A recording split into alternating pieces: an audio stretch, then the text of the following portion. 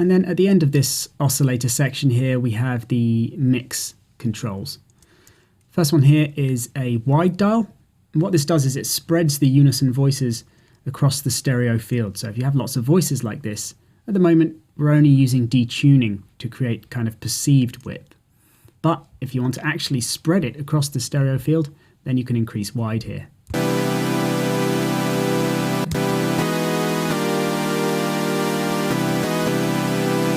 So you can hear it changes it from a mono to a very stereo sound there.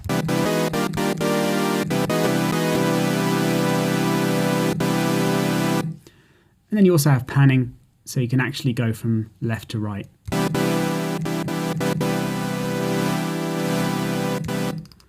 Only useful really, well, typically if you want to actually modulate it to create some cool stereo panning effects. At the top here with these switches, first up we have the analog switch. As default, it's turned on.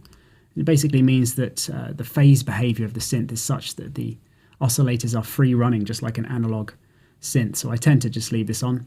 But if you like, you can turn it off. It kind of puts it in a digital mode where the phase of oscillators is random. So you have a random starting point. And then we have an inverse switch if you want to invert the waveform of the output of the synth.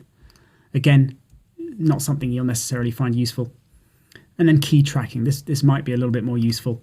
With this, it means that the pitch of notes you play are tracked by the oscillator, which means they can be used for things like changing the cutoff of a filter, as we'll see in the next section. And then at the bottom here, we have the filter input dial, which allows you to set which filter the sound goes to, this particular oscillator that is. And we'll look at this more in the examples in the next section.